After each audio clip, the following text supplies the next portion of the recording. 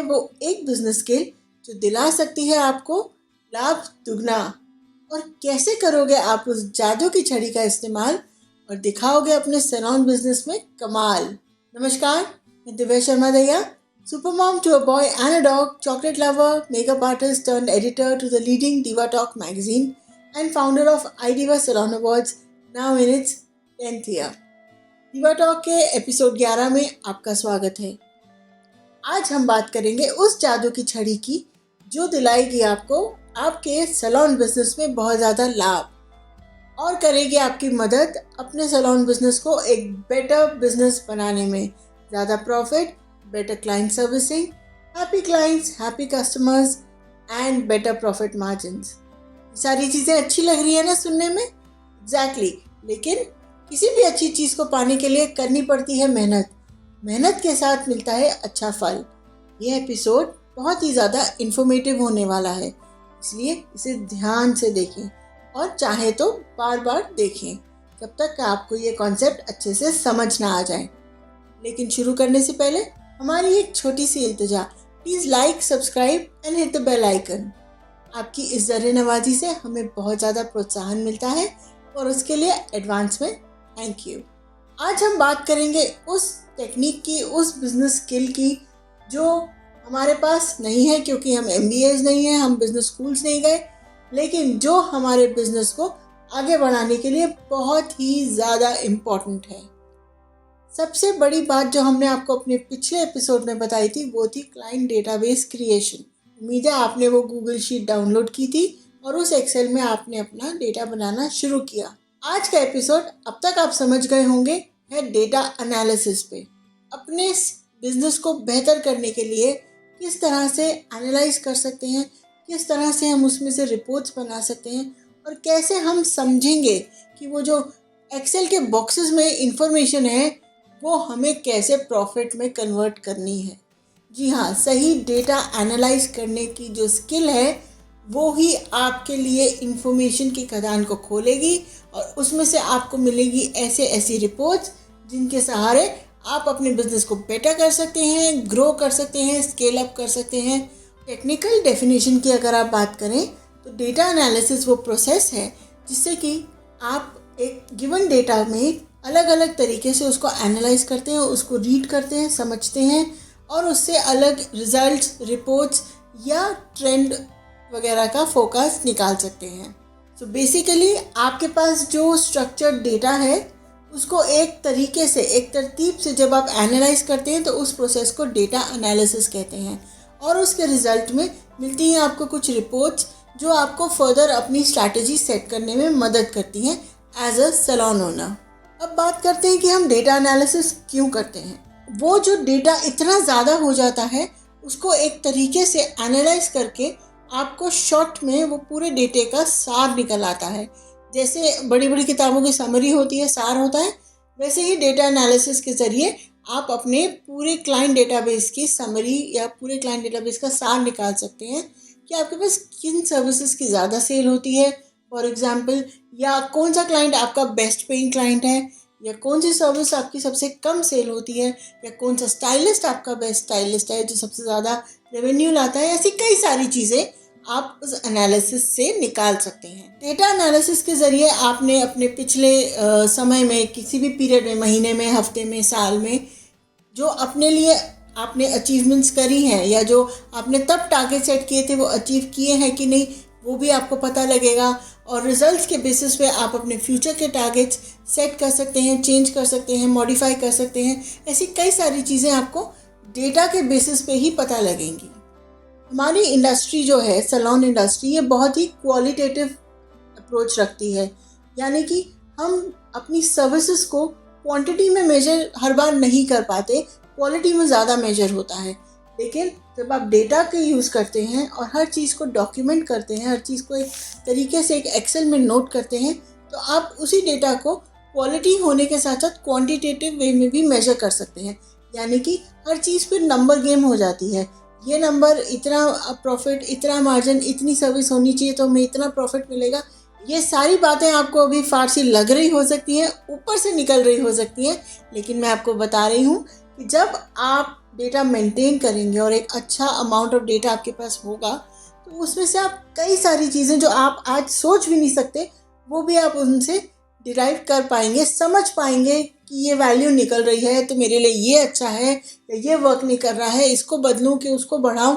ये सारी चीज़ों के जो जवाब हैं इन सवालों के, आपको उस डेटा के एनालिसिस से मिल सकते हैं। डेटा एनालिसिस क्या है और हमारे लिए क्यों इम्पोर्टेंट है, ये तो हमने आपसे डिस्कस कर लिया। अब अगर हम बात करें सबसे इम्पोर्टेंट पार्ट की, वो है हम डेटा को कैसे एनालाइज करेंगे। अगर आप एक सैलून मैनेजमेंट सॉफ्टवेयर यूज़ कर रहे हैं तो उसमें वेरियस रिपोर्ट्स अपने आप ऑटोमेटिकली आ जाती हैं, जो आपको एक्सेल के फॉर्मेट में ही मिल जाती हैं। और अगर आप डायरेक्टली हमारे दिए हुए एक्सेल शीट्स पे या अपनी बनाई हुई एक्सेल शीट्स पे ये डेटा डाल रहे हैं, तो उसको एनालाइज करने के लिए भी ज़रूरी है कि आपका डेटा प्रॉपर हो और जो आपका फॉर्मेट है उसको फॉलो करता हो, ताकि जब कैलकुलेट करें या जब एनालाइज करें तो आपको कोई भी उसमें चेंजेस या गड़बड़ ना नज़र आए। तो एक्सेल में आपको डेटा मिल गया, चाहे वो सॉफ्टवेयर से मिला हो चाहे वो मैनुअल मिला हो, उस एक्सेल डेटा को आपने अब एनालाइज करना है। कुछ डेटा बहुत ही सिंपल होता है, जैसे टोटल रेवेन्यू आपने कितना कमाया। रेवेन्यू का मतलब टोटल कितना का काम किया, टोटल कितने पैसे कमाए एक महीने में, या टोटल खर्चा कितना किया। और कुछ फॉर्मूले थोड़े से कॉम्प्लेक्स होते हैं, जैसे कि आपको अगर निकालना है कि आपने एवरेज कितनी पर क्लाइंट सेल करी है, यानी कि फॉर एग्जांपल मान लेते हैं कि 30 दिन में आपके पास आए 50 क्लाइंट और आपने काम किया 50,000 का। तो आपने जब उसको कैलकुलेट किया तो उसको आप 50,000 डिवाइडेड बाय 50, यानी कि टोटल रेवेन्यू जो आपने कमाया उस समय में, और divide by number of times जो आपने जितनी वैल्यू काउंट करी, 30 वैल्यू काउंट करी, 25 वैल्यू काउंट करी, तो उस हिसाब से आपने उसको डिवाइड किया, और इज इक्वल टू इस केस में 1,000 रुपये आपने पर क्लाइंट एवरेज कमाया। इसी तरह आपके स्टाइलिस्ट ने आपको कितना कमा के दिया और वो कितना कमा सकता है, उसकी कैपेसिटी कितनी है, ये सारी चीज़ें आपको डेटा के एनालिसिस से ही समझ आती हैं। कई बार डेटा ध्यान से देखने पे आप समझेंगे कि आपके हेयर कट्स तो बहुत हो रहे हैं, पर उनको आप हेयर कलर पे अपसेल या रूट टचअप पे अपसेल नहीं कर पा रहे, तो वहाँ आपको समझ आएगा कि आपके पास स्कोप है उसको अपसेल करने का। आप इन रिपोर्ट्स के बेसिस पे अपने स्टाफ को समझा सकते हैं कि भाई ये हमारी रेगुलर सर्विस चल रही है, ये हमारी प्रीमियम है, हम इसका एक कॉम्बो बनाते हैं, थोड़े दिन इसको प्रमोट करते हैं।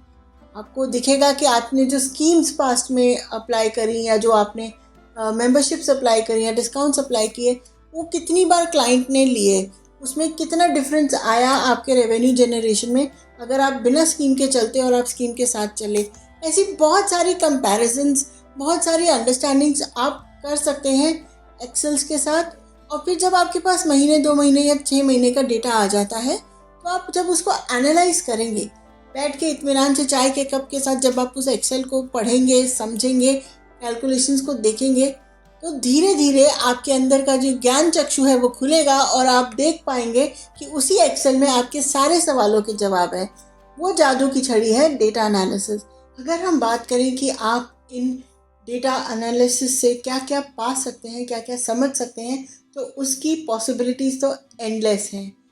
सारा कुछ डिपेंड करेगा आपके डेटा के कॉम्पोजिशन पे, आपने क्या डेटा कंपाइल किया है और उसको आप किस तरह से एनालाइज करते हैं। उससे आप 1-2 रिपोर्ट्स नहीं, 10-12 नहीं, शायद 50-60 रिपोर्ट्स अलग अलग निकाल सकते हैं, अलग अलग चीज़ों को ध्यान में रखते हुए। फॉर एग्जाम्पल, आपने एक पीरियड में कितना काम किया, आपने एक पीरियड में सबसे ज़्यादा सेलिंग क्लाइंट कौन सा था जिसने सबसे ज़्यादा आपको पेमेंट करी, कौन सी ऐसी सर्विस है जो सबसे ज़्यादा आपकी सेल होती है, कौन सा ऐसा स्टाइलिस्ट है जो सबसे ज़्यादा आपकी सर्विसेज को बेचता है, कौन सा ऐसा स्टाइलिस्ट है जो सबसे कम काम करता है, तो क्या वो केवल अपनी अटेंडेंस मार्क कराने आता है। ये सारी चीज़ों के जवाब आपको आपके डेटा में मिल सकते हैं। देखिए, एक्सेल में बहुत से ऐसे फॉर्मूले और बहुत से ऐसे प्रोसेसेस हैं जिनकी मदद से आप उस एक्सेल को अच्छे से समझ सकते हैं, जान सकते हैं और उससे और फर्दर कैलकुलेशंस कर सकते हैं। जब तक कोशिश नहीं करेंगे आगे नहीं बढ़ेंगे, क्योंकि हरिवंश राय बच्चन जी ने कहा है, कोशिश करने वालों की कभी हार नहीं होती और बिना कुछ किए ही जय जयकार नहीं होती। अब हम बढ़ते हैं हमारे फेवरेट सेक्शन बोनस टिप। पिछले एपिसोड की बोनस टिप में हमने आपको एक एक्सेल शीट बना के दी थी, क्योंकि हम चाहते थे कि आपको वो स्टार्टिंग लाइन फटाफट मिल जाए और उस स्टार्टिंग लाइन को ढूंढने में आप समय नष्ट ना करें। पर क्योंकि अब स्टार्टिंग लाइन आपको मिल चुकी है और आपने होपफुली नहीं किया तो अब भी वक्त है, जल्दी से शुरू कीजिए आज से ही। और आपने अपना डेटाबेस मेंटेनेंस शुरू कर दिया। अब जो एनालिसिस की बात है ना, वो अब समझने की बात है। जैसे हमें बचपन में मैथ्स प्रैक्टिस करके अभ्यास से समझ आता था, उसी तरह ये एक्सेल भी अभ्यास से ही समझ आएगी। लेकिन आपको बेहतर मदद देने के लिए मैं आपको एक बड़ी क्लियर बात बताती हूँ। जितना डेटा आपको चाहिए, जिन अलग अलग चीज़ों के लिए, उनके लिए अलग अलग एक्सेल्स बनाइए। सैलरी की अलग, आपकी अटेंडेंस की अलग, छुट्टियों की अलग, इंसेंटिव्स की अलग, मेंबरशिप्स की अलग, हर चीज़ की जो आपके मन में सवाल है उस सवाल की एक्सेल बनाइए। अब उसमें आप ध्यान करिए कि आपने क्या क्या कंपोनेंट्स उसमें डालने चाहिए, क्या चीज़ें हैं जो आपके उस सवाल को सीधा डायरेक्ट आंसर करती हैं, जैसे कि बिल की वैल्यू है या प्रोडक्ट की वैल्यू है या स्टाफ का सैलरी है। ऐसी सारे सवालों के बेसिस पे आप अपनी एक्सेल्स बनाइए, शीट्स बनाइए। जितनी एक्सेल उतना डेटा, और जितना डेटा उतनी क्लैरिटी, और जितनी क्लैरिटी उतनी ग्रोथ। हुआ ना परफेक्ट फॉर्मूला।